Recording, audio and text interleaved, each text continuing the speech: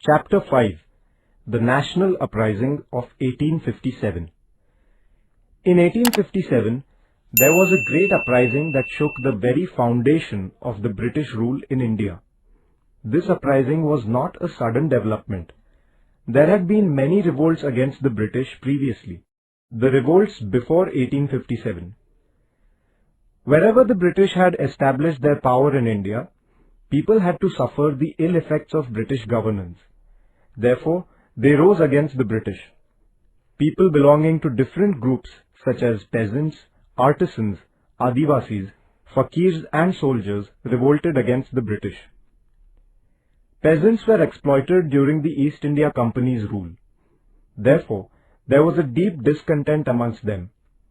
In the period from 1763 to 1857, the peasants in Bengal rose in rebellion under the leadership of the sannyasis first and later that of the fakirs.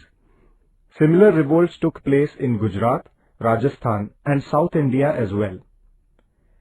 The Adivasis and the forest-dwelling tribes in India also challenged British power.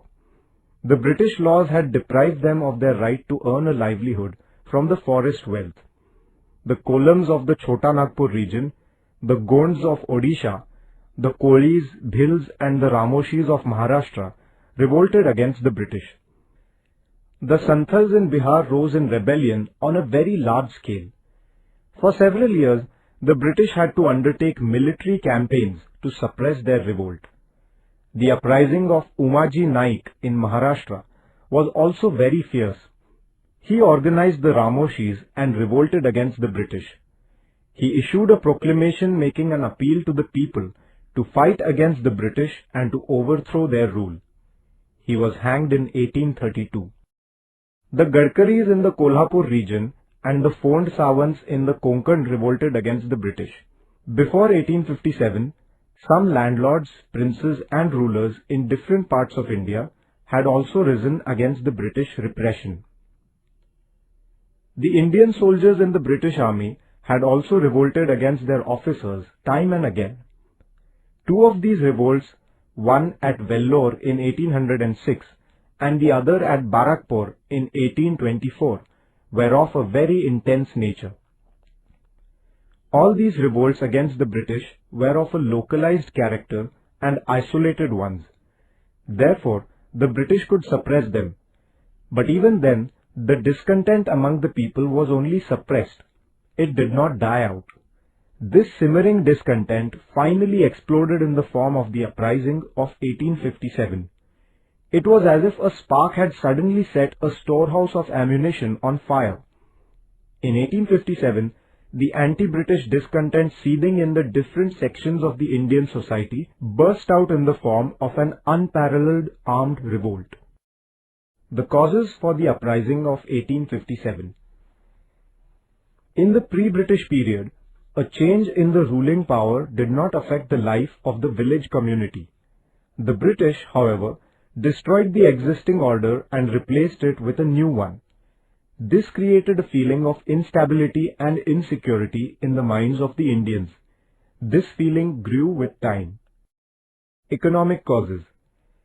Because of the new revenue system introduced by the British, the peasants were impoverished. Indian industries were ruined due to the British trade policy. Many artisans lost their livelihood.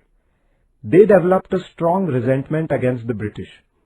The soldiers who were in the service of the princely states became jobless when the British brought these states under their possession. These soldiers, too, became strong opponents of the British. Social causes. The British rulers interfered in many traditions and customs in the Indian society.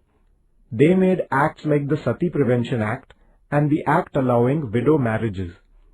People thought that the alien government was trying to destroy their way of life by passing such acts. They resented it. Political causes. From 1757 onwards, the British had destroyed many Indian kingdoms. Between 1848 and 1856, Lord Dalhousie abolished many more states.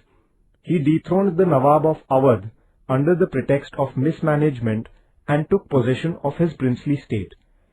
He abolished the princely states of Satara, Jhansi, Nagpur and others by rejecting the right of inheritance of the adopted sons of the rulers. He stopped making annual payments to the successors of some of the deposed kings. All this resulted in the spread of a great discontent among them. Discontent among the Indian soldiers. The British officers treated their Indian soldiers with contempt. No post higher than that of a subedar was ever given to them. Indian soldiers were paid less salary than their white counterparts. The allowances initially paid to them were also reduced gradually. On account of many such reasons, the feeling of discontent among the Indian soldiers grew stronger. The immediate cause. In 1856, the British gave the Indian soldiers long-range Enfield rifles and a new type of greased cartridges to be used in them. The soldiers had to bite open these cartridges. The news that the greased covering of the cartridges contained the fat of cows or of pigs hurt the religious sentiments of the Hindus as well as the Muslims, and the soldiers were enraged. The flare-up. The first salvo of the uprising was fired on 29 March 1857 in the Barakpur cantonment. The British officer who was forcing the use of these cartridges was shot by Mangal Pandey. Mangal Pandey was arrested and hanged. This news spread to other military cantonments in the country like wildfire. The entire battalion of Indian soldiers in Meerut cantonment rose in revolt. The soldiers began their march towards Delhi. On the way, they were joined by thousands of common people. As they reached Delhi, the Indian soldiers from the British cantonment there joined them. Bahadur Shah Jafar, the Mughal emperor, was given the leadership of this uprising. He was proclaimed the Emperor of India. The scope of the revolt. The revolt spread to the whole of North India in no time. Indian soldiers in the British cantonments, right from Bihar up to Rajasthan, raised the standard of revolt. Many people joined them. Within a period of 3 to 4 months after the revolt began in May, it spread to East Punjab, the areas around Delhi, Rohilkhand, Bundelkhand, Allahabad, Awadh and West Bihar.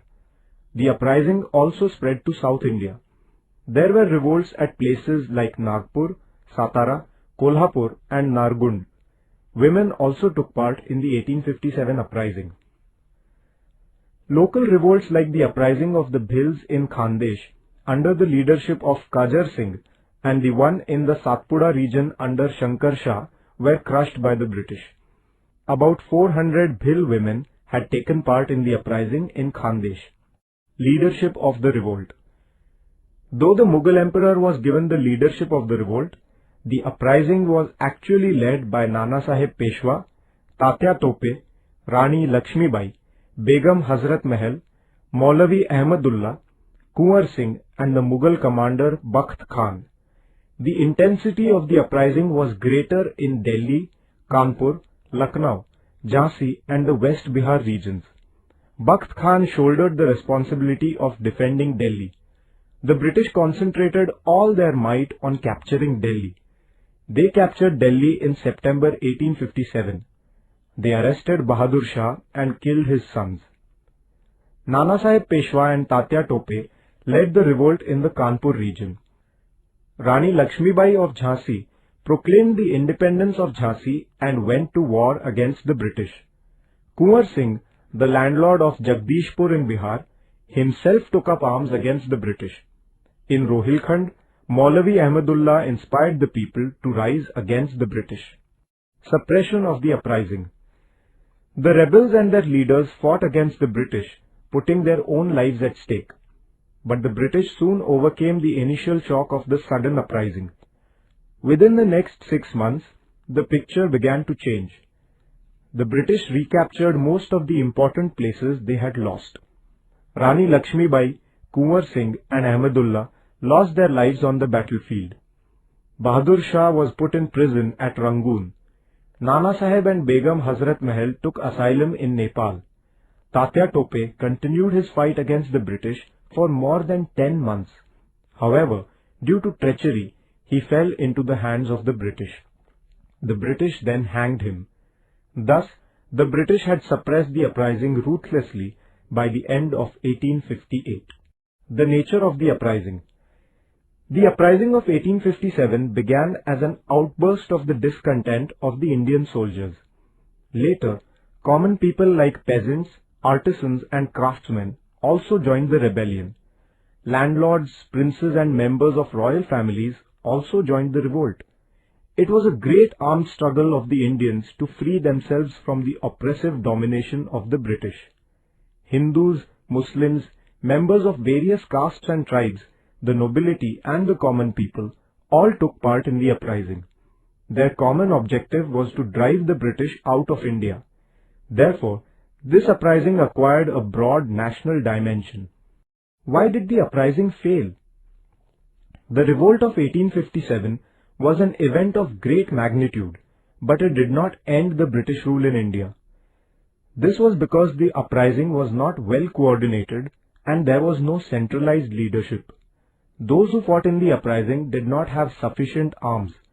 The educated Indians and a majority of the rulers of the princely states kept themselves away from the uprising. On the other hand, the British had a unified leadership, a disciplined army, modern weapons and experienced commanders. They had control over transport and communication. Therefore, the Indians were unable to overcome them. Although the uprising failed, the sacrifice of those who fought in the uprising was not in vain. It inspired the future generations of Indians. The British power was shaken due to this revolt. The effects of the uprising. The uprising of 1857 had far-reaching effects.